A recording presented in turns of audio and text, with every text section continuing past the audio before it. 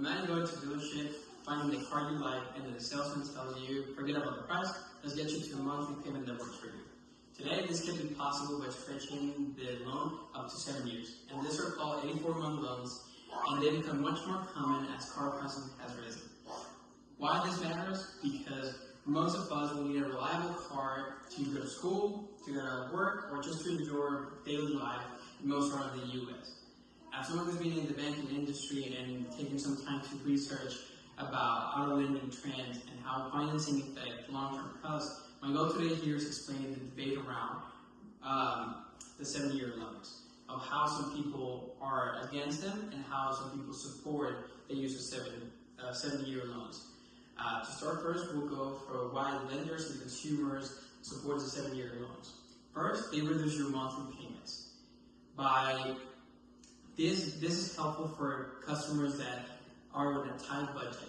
And the Consumer Financial Protection Bureau has reported that the average new price of a car is around $48,000, the highest it's ever been.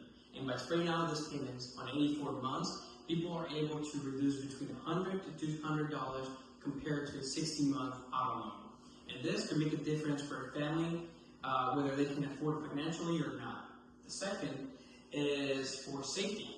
The Institute for Highway and Safety considers that new cars are 64% less likely to result in fatal injuries due to the improvements on the crash structures and on the safety technologies they have. So not only you have a newer model, the safety comes with it. The third is now the cars, they last longer than they used to. And the U.S. Department of Transportation in 2022 reported that the lifespan of newer vehicles are around 12.5 years. So supporters would argue that if the car will run over a decade, then it's practical for us to be paying it over the course of 7 years. On the other side, why critics are against or think that it's risky to have a 7-year loan, first is because yes, they reduce your monthly payments, but they increase the total cost of the car. The experience, the Bureau of Credit, has reported that customers have changed from 60-month financing to an 84 financing has an experience of between $4,000 to $10,000 in interest, and depending on the rate. So all this money that is going to interest could be used on regular maintenance or just as savings. Second, also the longer the loan, the most likely are people to get onto more debt.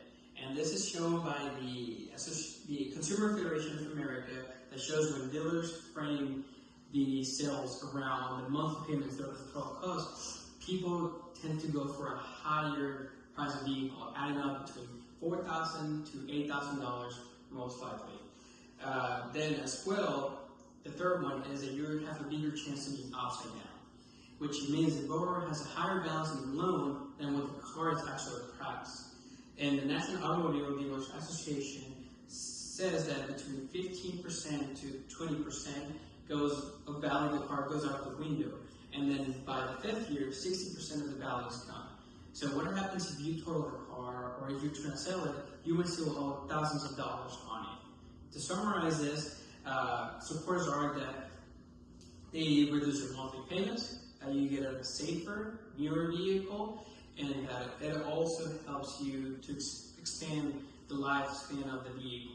And the critic says that while it reduces your monthly payments, the total cost of the car increases, you have more chance to be upside down, and as well, you might end up buying more than you expected on the budget.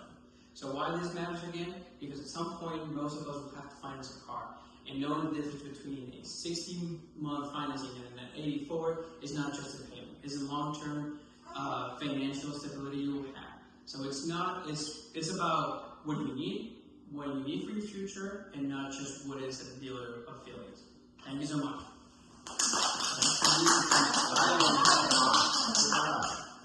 Hi.